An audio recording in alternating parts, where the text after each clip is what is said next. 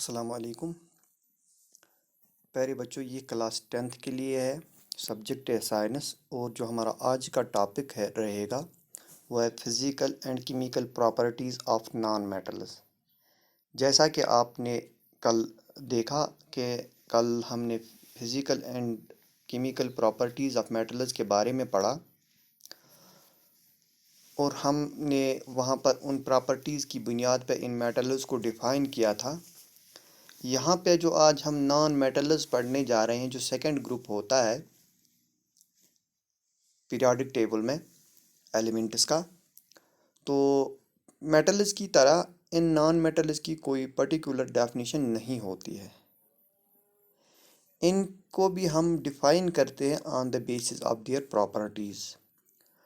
तो यहाँ पर सबसे पहले हम शुरू करेंगे फिज़िकल प्रॉपर्टीज़ से। Physical properties of non metals, chemical properties of non metals, non metal oxides, reaction of metal and non-metal ionic bonds and formation of an ionic bond. Non-metals are the elements that do not conduct electricity and are neither malleable nor ductile. तो बेटा यहाँ पे आप यहाँ से देख लीजिएगा, यहाँ से non-metals are the elements that do not conduct electricity and are neither malleable nor ductile. तो ये चीज़ें जो है basically these are the properties of non metals. Metals में हमने देखा वो थर्मल कंडक्टिविटी भी दिखा रहे थे और इलेक्ट्रॉनिक कंडक्टिविटी भी। इसी तरह मेटल्स मेलिएबल्स भी थे और डक्टाइल भी थे।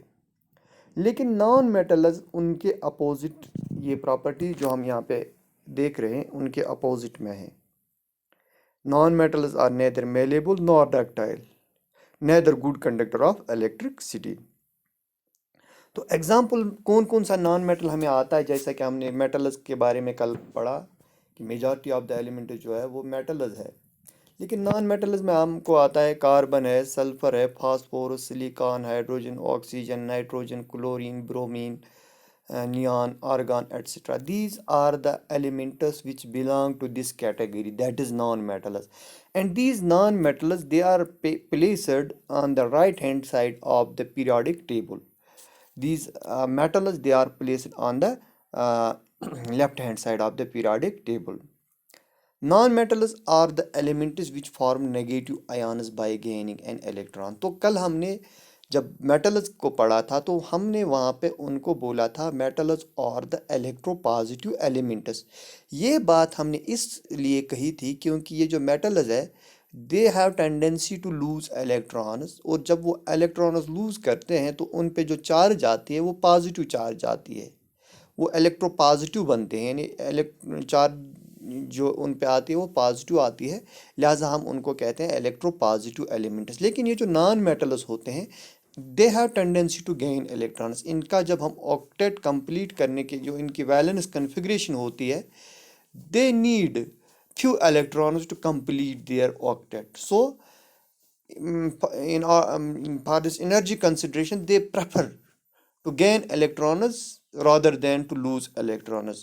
That is why they have tendency to gain electrons, and by which they form negative ions. So these non-metal elements जो है इनको हम इलेक्ट्रोनेगेटिव एलिमेंट्स भी कहते हैं। मेटल उसको इलेक्ट्रोपॉजिटिव और नॉन मेटल उसको इलेक्ट्रोनेगेटिव। तो रीज़न क्या है? रीज़न हमें समझ आ गया कि ये जो नॉन मेटल्स है they have tendency to gain electrons and by gaining electrons they acquire negative charge. तो बेटा ये जो है ये नॉन मेटल्स का जनरल इंट्रोडक्शन है। अब हम इनकी जो फिजिकल प्रॉपर्टीज़ है वो देखेंगे। अगर हम हार्डनेस की बात करेंगे, मेटल्स में हमने देखा metals are generally hard with some exceptions like potassium, this sodium, वो सॉफ्ट होते हैं और उनको हम नाइफ से कट करते हैं। लेकिन ये जो नॉन मेटल्स होते हैं they are not hard, rather they are generally soft. Non metals soft होते हैं बट द डायमंड जो है which is an allotropic form of carbon, जो आप जानते हैं, तो डायमंड जो है ये एक्सेप्शन है, डायमंड बहुत हार्ड होता है and it is the hardest naturally occurring substance even. यानी डायमंड जो है नॉन मेटल्स सॉफ्ट होते हैं, लेकिन इनमें एक एक्सेप्शन है, वो डायमंड है जो नेचुरली ऑकरिंग हार्ड सब्सटेंस होता है। स्टेट के बारे में जब हमने मेटल्स का कल पढ़ा तो metals are generally in solid state exception वहाँ पे मरकरी को हमने देखा। ये जो नॉन मेटल्स है they may be in any state, वो सॉलिड में भी हो सकते हैं, लिक्विड में भी और गैस में भी। लस्टर अगर हम देखेंगे, ब्राइटनेस, तो मेटल्स आर ब्राइट। ये जो non metals have a dull appearance, इनकी जो अपीयरेंस है they have dull appearance with the exception of diamond and iodine. ये डायमंड एंड आयोडीन जो है ये एक्सेप्शन है, बाकी जो नॉन मेटल्स है they are dull.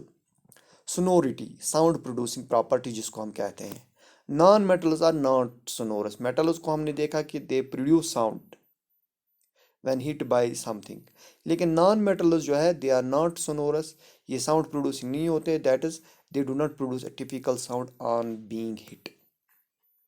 Conduction, conduction के बारे में अभी हमने पढ़ा कि नॉन मेटल्स जो है they are bad conductor of heat and electricity, लेकिन एक्सेप्शन इसमें भी है।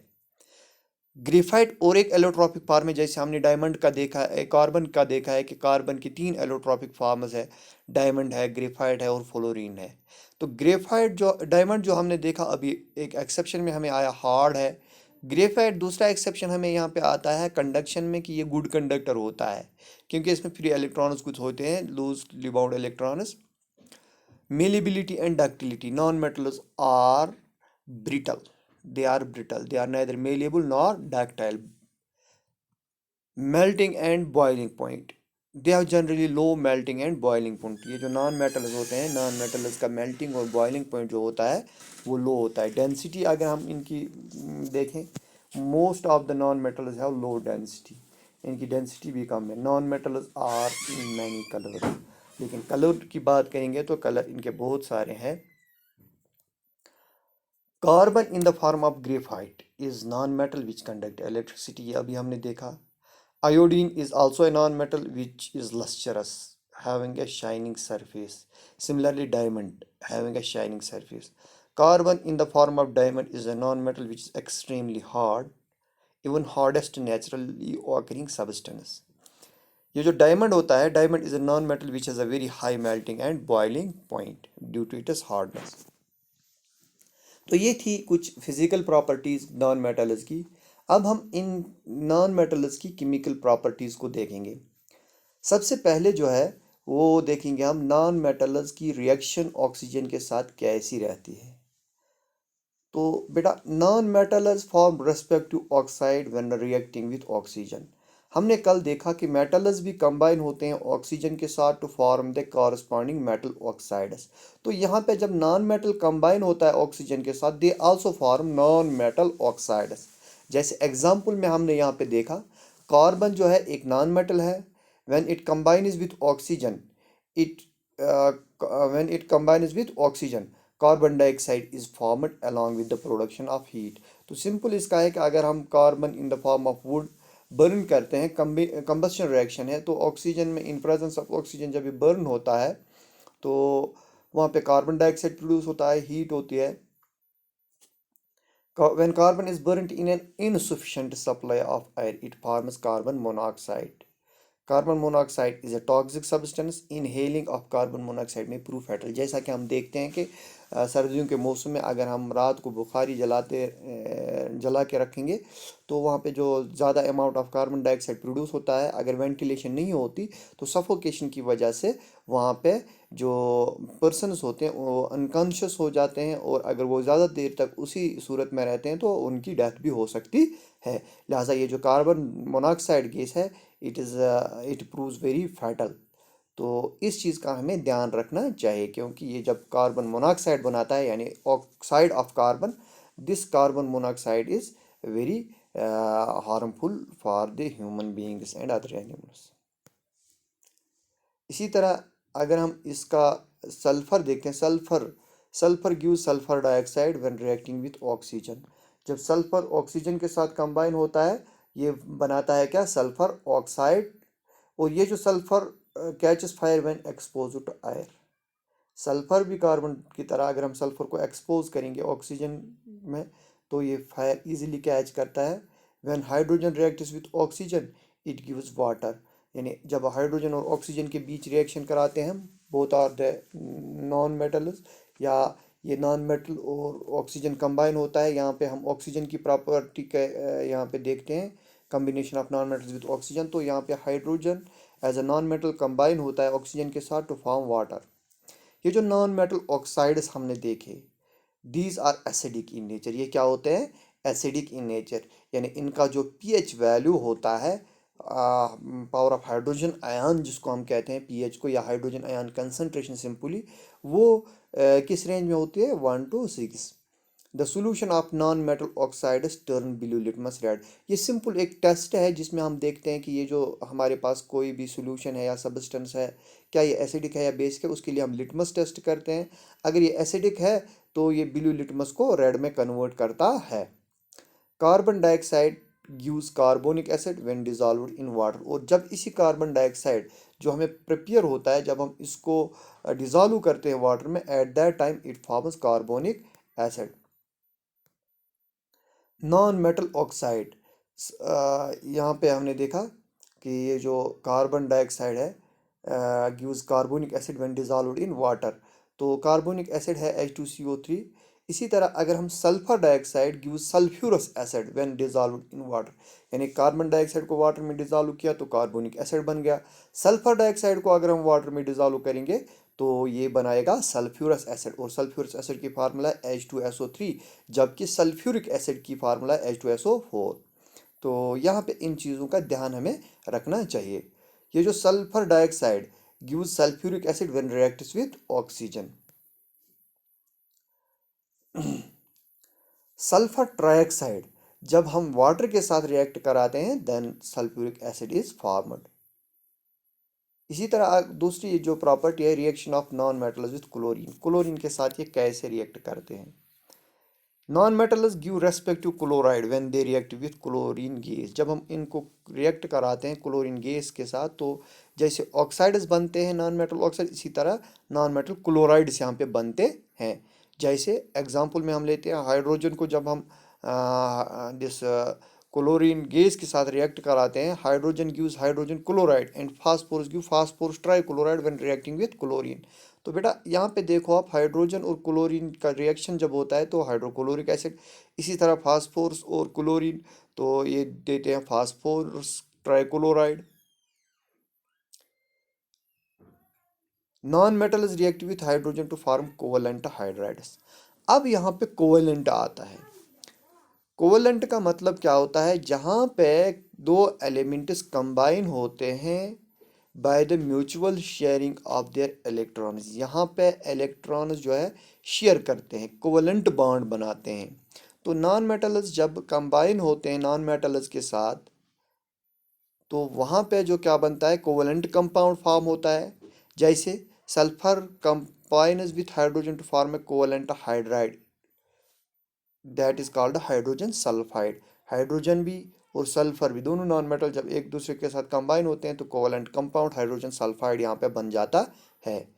इसी तरह नाइट्रोजन और हाइड्रोजन जब कंबाइन होते हैं in presence of catalyst iron, तो उस टाइम अमोनिया फॉर्म होता है। Ammonia is also A covalent compound. Non metals do not react with dilute acids. Metals को हमने देखा कि वो डाइल्यूट एसिड्स के साथ रिएक्ट करते हैं, लेकिन ये जो नॉन मेटल्स है they do not react with dilute acids at all, वो इनके साथ रिएक्ट ही नहीं करते हैं। Reaction of metals and non metals. Metal और नॉन मेटल के बीच क्या रिएक्शन होते हैं? Many metals form ionic bonds when they react with non metals. Compound so formed are known as ionic compounds, यानी जब मेटल और नॉन मेटल्स कंबाइन होते हैं तो बेसिकली वहाँ पे आयोनिक बॉन्ड बन जाता है, क्योंकि मेटल्स जो है इलेक्ट्रोपॉजिटिव है, they have tendency to lose electrons. On the other hand ये जो नॉन मेटल्स है they are electronegative, they have tendency to gain electron. So वहाँ पे आयोनिक बॉन्ड बन जाता है, ट्रांसफर ऑफ इलेक्ट्रॉन्स होते हैं from metals to non metals. इस तरह से जो कंपाउंड्स वहाँ पे फॉर्म हो जाते हैं आयोनिक कंपाउंड बन जाते हैं। फॉर एग्जांपल सोडियम एक मेटल है, इसी को अगर हम क्लोरीन के साथ कंबाइन करते हैं तो ये बनाता है सोडियम क्लोराइड।